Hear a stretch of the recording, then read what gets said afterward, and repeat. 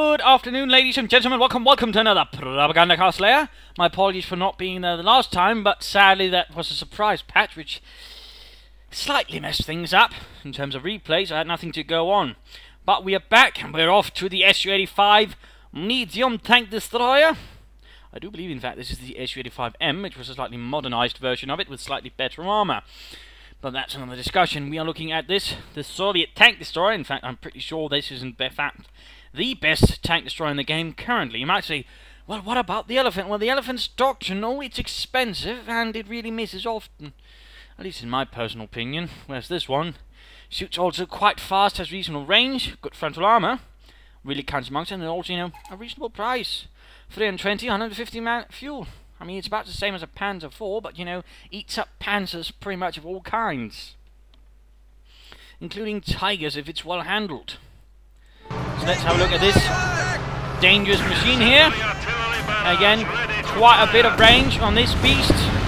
It has 60 range, which also pretty much means for any non-doctrinal unit, it pretty much has the farthest range of any vehicle in the game. This, of course, combined with a high rate of fire, a high penetration, makes it lethal. Because when you parts it, those sort of surprise if you're not careful. But if you're good, in that regard, making it really nasty. But it also basically means you can usually keep it reasonably well out of harm if you actually have it sort of, you know, properly supported. Simply because when you hit units from far away, and it's also not half bad against infantry. Though, of course, it's not going to be say as effective as, say, IS-2 or T-34 and IS-152, but, you know, it's not going to be half bad either. So that is something vital to remember about it. And, of course, as it gains further veterans, it becomes even better. Veteran 1, of course, gives it tracking, pretty much meaning it doesn't need anyone to look for it to fire away at full range. It also allows it to sort of spot other things. So in that regard, you know, quite handy. So right here, what Mackey's doing is actually a bit of a bad thing. But right here, we actually see one of the advantages of the Su85. It actually has a reasonably high frontal armor. In fact, Panzer Faust can fail to penetrate. Panzer IV shots can fail to penetrate. Pak 40, Stuk can fail to penetrate. It actually has such a frontal armor. I mean, it's not going to say, you know, stop everything equally, and certainly a Pak 40 will most of the time penetrate. But it can actually bounce those things off. It is possible. And again, that does give it a bit more durability, and again, makes it a bit more tricky to deal with. Again, in conjunction with its range and its rate of fire and its penetration. So, I mean, right there is something you can sort of keep it. Again, note here, Panzer IV, 2 shots, again, 2 shots in rather rapid fire, and it's already down to less than half health. And again, the Panzer IV really can't do much unless flanking. And that is, of course, also at the same time the weakness of the Su85. Why you usually want to try and say, for example, Panzer Faust so you can sort of limit its mobility, or you basically want to blitz past it, or tag it from another angle. And also, while you as a Soviet player usually want to cover it with field guns and infantry to ensure that if it does get flanked, there's something else covering it. Otherwise, I mean, the Su85 is, you know, doomed, and that's pretty much the case for all vehicles without a turret. Right here again, I mean, you want to be a bit careful when you handle things. Reverse move is your friend when you're playing with tank destroyers and other assault guns. Tiger moves up. And of course, you see here it actually pulls back due to the presence of the Su85, and an Su85 is a terrible thing. And even with this as a Tiger, it has more than a 50% chance to penetrate the frontal armor, which again does give some indication of the power of the Su85. Since it can stay safely beyond the range, since the Tiger, I believe, actually can't quite pursue it easily without Blitzkrieg. And also has a good chance of penetrating, whereas again the Tiger actually has, you know, a chance of also not penetrating its frontal armor. So there are some things there to keep in mind. But of course, as it gains beyond Veterans 1, it actually becomes more and more lethal as it gains increased rate of fire, which basically means it ends up firing very rapidly. It ends up shooting quite a bit, quite a lot, and of course the Veterans 3 even moves faster and better, which basically means, I mean, a Veterans 3 Su85 is in fact a nightmare for German armor to handle. sort of a little fun fact. And again, I mean, there are a lot of players who say, you know, well, the S-35, you know, it's not worth it. But again, I mean, any German player worth his salt will tell you that an S-35 is an absolute nightmare to deal with if it's well handled by its commander. Because again, its high rate of fire really, you know, combined with all those other factors, makes it an absolute beast. And again, veterancy, it just gets worse, even worse. And you generally want to avoid a veteran S-35, certainly a veterancy 3 S-35, because that's pretty much going to lock down your armor quite handily, simply through sheer massive rate of fire. Ready. Fire incoming. So there we go. Also gets another kill on the Panzer Grenadier. Waiting command. Watch out! Hostile infantry. And again, due to his German squad's lower size, of course, I mean, one S-35 hitting can actually end up being quite problematic. Of course, here we're noting he's sort of being more cautious with it. He's actually ensuring, you know, it's not too exposed, and certainly ensuring, you know, he quickly pulls it back in case something happens. That's usually how you sort of want to do it. You want to be sort of quickly pull back, you know, quickly pull reverse move if something goes wrong. Now, of course, it does also have something called focus sight. Here's the thing, though, to keep in mind. It actually sort of increases your line of sight sort of more directly in one direction, pretty much, which is alright. Well, in this case, of course, you can't really see it, but in essence, it basically means you can see really far and again take full advantage of its line of sight. But when you do it, it also means your S-35 also moves considerably slower. It becomes a lot harder to maneuver.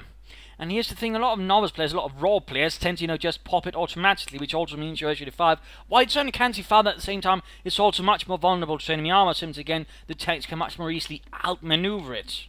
And that's the sort of thing you want to be careful of, for that matter. If you get caught to Pack 40 again, it's a lot more trouble. So, yeah, I mean, you want to be sort of much more careful and considerate about when you pop focus sight. I mean, you usually want a lot to sort of cover it before you use it, or you want to be in a defensive position anyway, so you're not planning on sort of move forwards. I mean, the worst thing you can do is actually attack with focus sight, because again, that means you're more likely to sort of run into a trap, because it also means, since essentially basically means it's only sort of focused in a small cone, you're also more likely to sort of miss things on the flanks with it. That combined with, you know, with the slow speed basically means it's going to be easy panzer bait or fodder, quickly getting cleared out that way. So that's also something to keep in mind while utilizing the Su85 on the fields of battle. And again, you know, be judicious in your use of focus sight. Either use it defensively or use it very cautiously when supporting other units. Though again, generally you want other units to spot for it, or you preferably want to refer to tracking to it, since again, it pretty much does the same thing but without the cone and without slowing it down. Plus, it can actually see infantry units on the minimap. So in that regard, I mean, tracking is a powerful ability combined with your tank destroyers. But also the field guns will also have it, and certainly right here we actually see that this gentleman actually used it in conjunction, so good move there. But again, be careful about it, be mindful about it, and don't use it at every opportunity you have. We're in combat. Since it can end up biting you in the arse a bit severely. And there we go, I mean, Tiger coming under fire again, Tiger pulling back, since it's now under fire from field gun and other stuff. And again, tracking, and again we can see here this field gun far away, can actually see really far with it. And there we go, he's actually pursuing with it, a bit desperate, but now he could actually pop tracking if you actually want it, but seems to be uninterested in it. Otherwise, I mean, again, he probably could have hunted that Tiger tank down.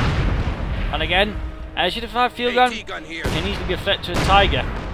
It didn't take long until it was actually down to about close to half health. So again, there's a lot of little nifty things to consider when using the Su85, and of course again, due to the price, you can actually get more of them reasonably easy. Though of course, I mean, it's not going to be easy to say getting a bunch of T-34s, but you know, hardly difficult either. We have the point. So in that regard, you know, that's another little advantage of the Su85. And certainly two Su85s generally spell bad news for the Germans, and really, you know, this is it. But again, then there's another little trick here to sort of keep in mind, and here we actually see it sort of well demonstrated. You want to be careful with actually bunching them up too closely. I mean, a lot of players have a tendency of actually, you know, leaving them right next to you. I mean, it certainly makes them easier to manage, but here's the thing.